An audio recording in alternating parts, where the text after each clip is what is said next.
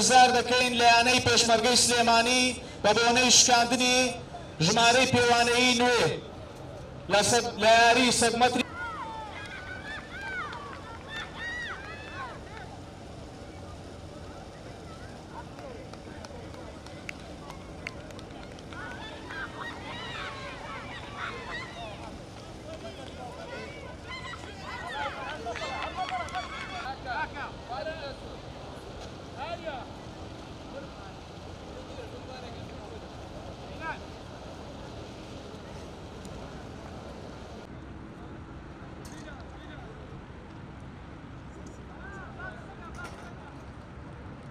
ناو جوانە بەربەستەکان بەستگایە ئەو بەربەستانە لە ناو یاریگاکە لادەن ئەو بەربەستانە ناو تراکەکە دەرکەن بێ زەحمەت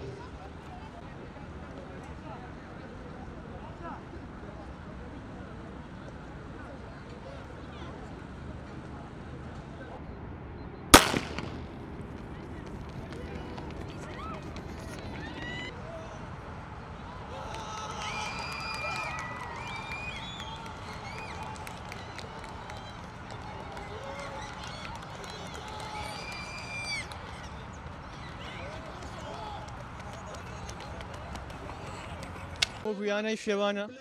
بۆ ماوەی چوارجە ڕۆژ تەمرینکردن و خۆحافزەکردن و پاڵاوانی کوردستان ئەلحەمدولیلا ئەنجامێکی باشمانەیە تا ئێستا یاریەکان بەردەوام من ئیمڕۆ بەیانیە لە زۆربەی یاریەکان ڕیزبەنی پلەیەکەمان کردووە خۆم منیش وەکو یاریزانی یاسەمەتر توانیم ئەلحەمدولیلا پلەیەکەمە دەست بێنم بە چوارجە ڕۆژ تەمرینکردن و هەوڵدان ئینشاڵڵا لە یاریەکانی جاات پیش پلەیەکەمە دەست بێنین و نازاگە بەدەستێنین دەستمان بە پاڵاوانێتەکان کردەوە چالاکیەکانمان دەست پێ کردەوە ئەوە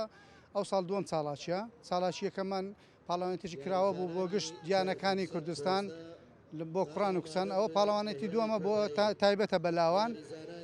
هیوادارین یعنی ئاستێکی باش پێشکەش بکەن هەتا ئێستا دوازدەیانە بەشداری کردووە لەسەر ئاستی کوڕان و کچان